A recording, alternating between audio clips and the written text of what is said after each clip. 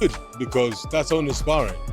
If you get dropped in sparring, it means you're learning. Tomorrow morning you don't get dropped in the same shot. So him getting dropped in sparring, that means he's learning on the job. So it's okay. And, I wanted to fight, but I took the doctors and my dad's and my team's advice, and we pulled out the fight. I'm not feeling well, so I went up. That's the first time I discovered that the boxer was not well. And then lo and behold, the doctors were called. Two independent doctors came and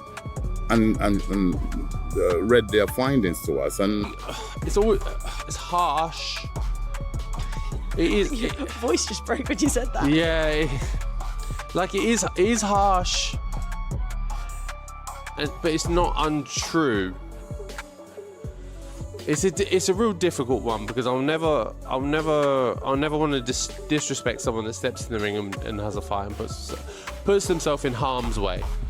And you have a right to be able to kind of look after yourself and protect yourself, especially now with Daniel. I think he's a dad now as well, so there's more consideration there. But the boxing community as a whole, they want you to live by the sword and die by the sword and go out on the shield kind of thing. And if you deviate from that in the slightest, they are quick on you and just, like you say, call you a quitter.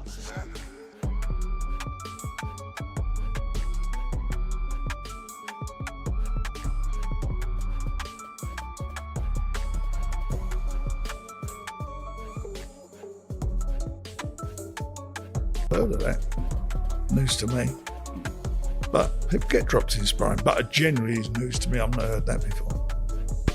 Unfortunately, a show of that magnitude, to be pulled out of it, people don't think about how does the boxer feel to lose the opportunity of... The source is good. The source is good. And so when I'm hearing these things, I'm like, nah. And so it's popping out left, right, and centre. The source is good. And so to me, I just shook my head. And when I'd heard all this, if you're an opponent lining up for Fabio Wardley, you look at him and go, to make him quit. One, I don't know if it's possible, and two, if it is, it's going to be one hell of a challenge. With Daniel, you'll go into a fight with Daniel thinking, if I do some things right here, I've seen it not once, not twice, but 3, maybe even 4 times of him kind of tap out of the situation. So if that's in there, that's in there. You can get it. You can pull it out of someone. You just need to go about the right things to get it. So you're already giving your opponent a psychological advantage going into the fight, because whether you say, oh no, I'm over it now, or I'm past it, or I'm not going to do it, well, evidence suggests that actually the opposite. So the fight's off. Daniel Dubois is in the hospital, and the boxing world is absolutely losing it. This isn't just another injury pullout.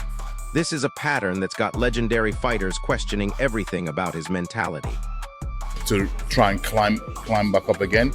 Who did he lose to is the question. He lost to a generational great, somebody who's going to go down as one of the best to have ever gloved. The reaction has been brutal. Former world champions are calling him weak. Critics are saying this is what happens when you don't have the heart for elite-level boxing. And honestly, when you see what they're saying, it's hard to argue. Why he just can't really get right. He has no real skill. Pretty durable chin. Heart is kind of questionable. But here's where it gets interesting. Don Charles dropped some serious details about what really happened behind the scenes. Multiple independent doctors had to review Dubois' condition before they made the final call. This wasn't some last-minute excuse. Seeing things with that one, but he is injured. It's not really specifying. I don't know why. I'm sure I saw it was ankle. Johnny Nelson went nuclear, called the whole situation pure foolishness, and questioned how things could spiral this badly at the elite level. He's not holding back, saying this reckless mentality has no place in world-class boxing. We'll see what happens, but that's for them to overcome now, and it's a very difficult situation. That's a 24-hour... Now here's the psychological warfare part. Fabio Wardley is already in Dubois' head, suggesting opponents see patterns of stepping back under pressure. In heavyweight boxing, that mental edge can be everything, and Wardley knows it. He's a big fight. He's trained very hard. If you don't fight, you don't get paid. You imagine the cost involved in a training camp, booking places, set the camp up, bringing the sparring partners in, the nutritionists, the chefs, trainers and everybody, and you don't get paid. It's a massive loss. You can't insure it, or if you do, it costs a fortune to insure. But The emotional toll is real, though. Adam Smith pointed out that Dubois is dealing with serious mental strain while trying to prepare for these massive fights. The pressure at this level breaks fighters, and we might be watching it happen in real time. Speaks to the people direct and then make a decision if he's out. Okay. When did you first learn about this, Frank? Very late this afternoon. Okay, so it's been a stressful day. To say the least. For the fighters as well. It's a shame for the fighters, for everybody involved. TV companies, and more importantly for the fans. Riyadh season, His Excellency, everybody involved in this. We're all gutted, but what can you do? But wait, it gets worse. Johnny Fisher straight up questioned Dubois' skill level and consistency inside the ring. Said he's got gaps in his boxing ability, especially when the heat gets turned up. That's coming from another heavyweight. More likely it'll be someone that's on the way, or was coming anyway, or is in Dubai.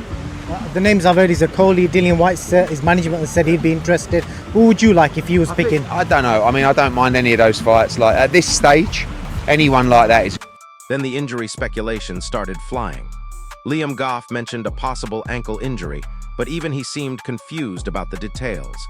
The uncertainty is making everything worse, with no clear answers about what's actually wrong. Strength and a potential weakness in elite boxing. And was taking things kind of very head on, wasn't really sure on how to ride a shot or anything. Tyson Fury described the Wardley versus Dubois clash. Eddie Hearn described the situation as a nightmare for everyone involved.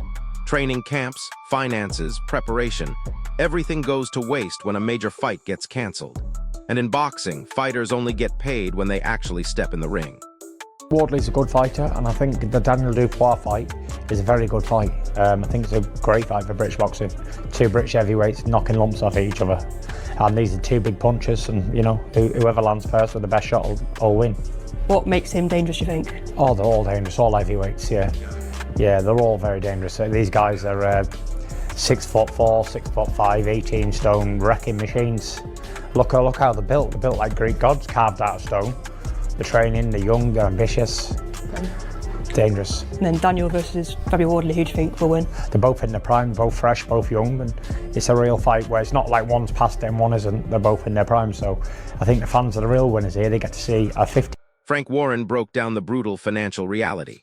Sparring partners, nutrition, coaching, logistics, all of that money is gone. He sounded gutted talking about how these last-minute pullouts destroy entire fight camps and promotions.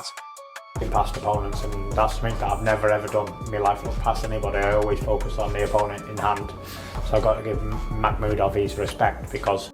Here's the kicker though. Lawrence Oakley tried to defend the situation, saying getting dropped in sparring isn't career-ending. But when you look at Dubois' early sparring footage with Wardley, you see a fighter who relied on toughness over technique. We were talking about these kind of fights, Magnificent Seven, stuff like that. It is a shame. It's a shame for Telma because, again, we're talking about a fighter who, as they say there, is 21 years old. He really is still a prospect at the end of the day. Like, he's only been pro now 3 years. And yeah, he's done all right in those 3 years. I don't want to say he's done anything special or anything like that amazing. But, he's been matched, to put it like this, someone like a Johnny Fisher, who people were comparing Telma to, but bizarrely, a couple of years ago, has been pro for, 5 years? And... well, there you go.